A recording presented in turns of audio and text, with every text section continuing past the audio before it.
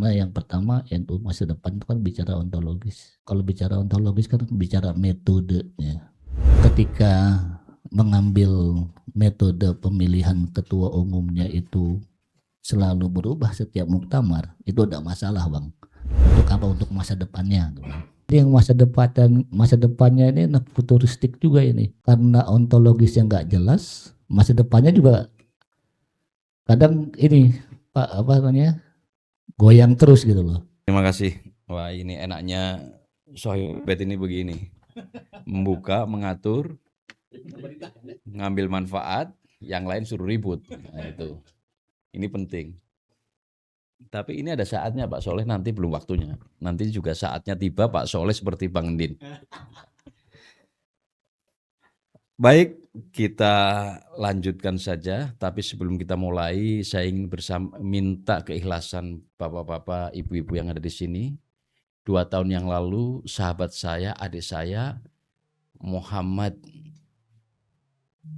Hairul Amri, kembali kepada Sang Halik. Hari ini persis 2 tahun.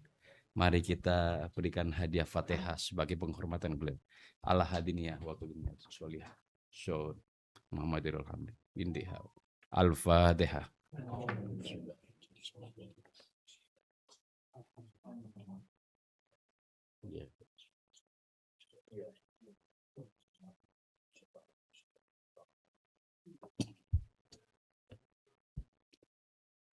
Terima kasih. Mudah-mudahan menyambung. Jadi itu adik kesayangan Bang Din, anggota DPR Nasdem, anggota terpilih, belum sempat dilantik untuk periode yang kedua. Ya karena orang baik ya begitu, meninggalnya cepat-cepat. Makanya saya memilih agak lama aja deh.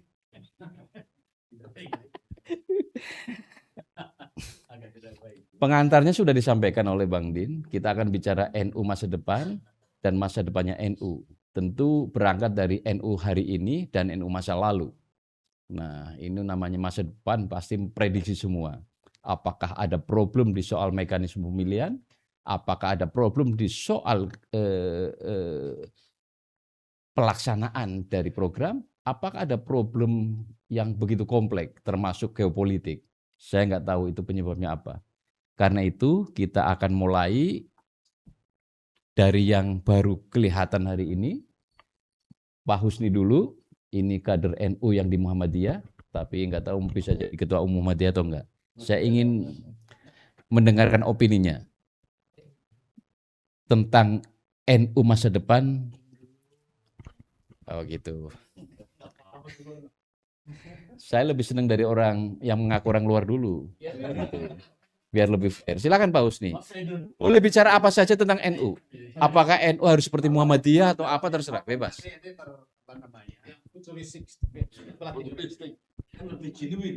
Siap Bang Imam dulu ini. Bismillah.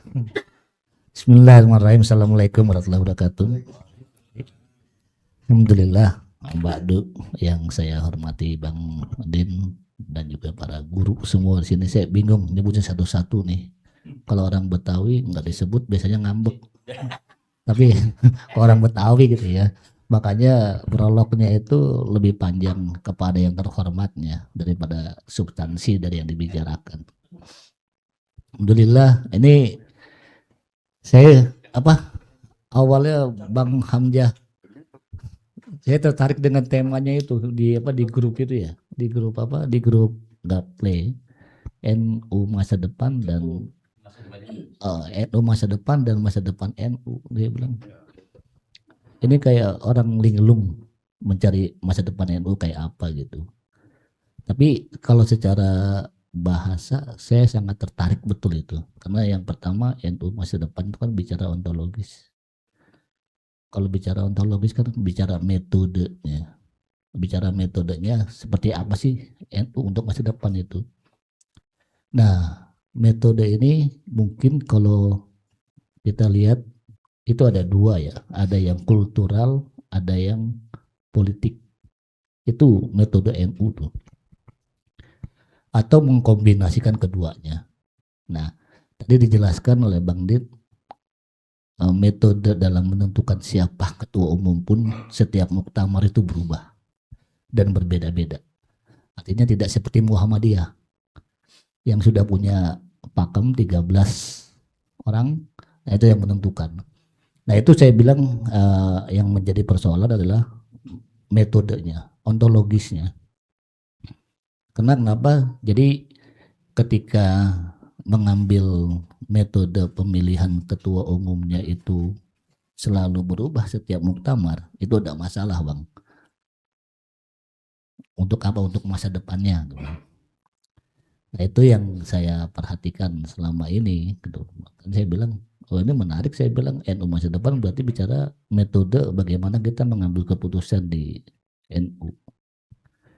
Walaupun saya pernah juga jadi ketua namanya yang pendidikan itu, bukan Marif di Jakarta Selatan. Saya pernah jadi ketua juga, bukan, ada Ansor, ada Ibnu, satu lagi yang bidang pendidikan itu bukan Marif, yang dulu Bang Lukman Hakim, Pesantren. Lapesdam. Jadi dulu saya ketua Lapesdam juga di NU Jakarta Selatan, zamannya Bang almarhum Haji Abdul Rojak Alwi di periode pertamanya dia. Nah itu saya bilang yang menarik ya, bagaimana diskusi ini bisa melahirkan satu produk. Saya bilang bagaimana metode yang efektif, bagaimana metode yang memang tidak selalu berubah setiap muktamar gitu. Nah itu yang menjadi persoalan. Nah ini yang masa depannya ini futuristik juga ini, karena ontologis yang nggak jelas, masa depannya juga kadang ini goyang terus gitu loh. Jadi mau kemana arahnya, mau ke politik praktis atau memang bicara soal kultural secara murni. Karena walau gimana pun NU tidak bisa lepas dari politik sejak sejarah bangsa Indonesia berdiri, dan juga memang dia mempertahankan basis kulturalnya yang memang bisa dimobilisasi untuk kepentingan politik. Saya pikir itu aja. Saya juga bingung juga, ada Bang Uci ntar. Assalamualaikum warahmatullahi wabarakatuh.